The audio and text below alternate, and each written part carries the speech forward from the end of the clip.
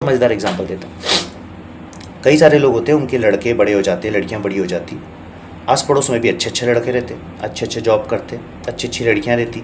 बचपन से देखे वो लड़का लड़की को, मतलब उनका कोई बैकग्राउंड ज़्यादा चेक करने की आपको ज़रूरत ही नहीं है। एक्चुअली देखा जाए तो अनजानों से शादी करने के समय आपको बैकग्राउंड चेक करना पड़ता है, जाने पहचाने वालों से आपको बैकग्राउंड चेक नहीं करना पड़ता है। इट्स नोटेड कि आपने बचपन से उसे देखा था, जैसे आपका बच्चा बड़ा होते हुए आपको दिखा है, वो भी बच्चा आपके सामने आपको बड़ा होते हुए दिखा, तो उसकी हरकतें आपको मालूम है। फिर मेरा ये सवाल है, जब आप इतना ही कंफर्ट है तो आप अपने घर के पड़ोसी की बेटी या बेटे से क्यों नहीं शादी करवा देते अपने बच्चों की? आप वो कभी नहीं कराओगे। उस समय आप बोलोगे हमारी कास्ट का नहीं है, ऐसा थोड़ी होता। फिर औरतों को ये सबसे बड़ा डर रहेगा कि सास बहू का सीरियल देख के कहीं बहू जो है बाजू से क्या बोलते हैं यहाँ से निकली ससुराल से और मायके में ना घुस जाए। या लड़कों को ये चीज़ का डर रहेगा कि भैया उठे से उठे क्या बोलते कुछ ये लोग बीमार पड़े तो मेरी जेब से पैसा ना खर्चा हो। हर जगह पे आप यही देखते हो ना कि थोड़ी दूर से आपको मिले रिश्ता। तो वैसे ही ना, जब नौकरी दूर से मिलती है तो उसको नहीं मत बोलिए। आपको रात को 11 बजे भी जाना पड़े और आपको पैसा मिल रहा है ना, बिल्कुल जाइए।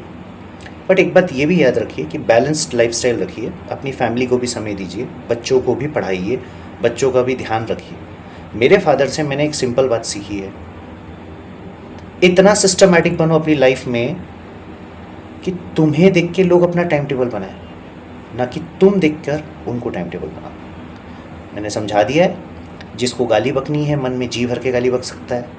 2 रोटी एक्स्ट्रा खाना, खून बढ़ेगा, आयरन की कमी नहीं होगी, अगले बार आप मुझे फेस करने की शक्ति रखोगे।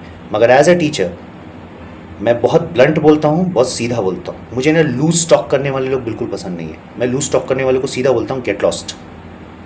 प्रिंसिपल भी जीता हूँ और मैं एक बात मानता हूँ कि भाई हर इंसान को अपने प्रिंसिपल्स कायम रखो।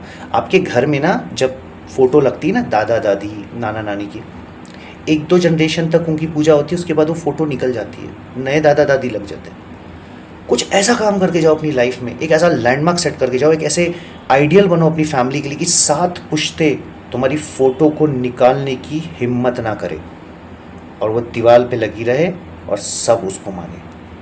You should be a legend, and to be a legend you need to work, get out of your comfort zone, then only you can be a legend. With this thought, बहुत अच्छा दिन रहा है आपका।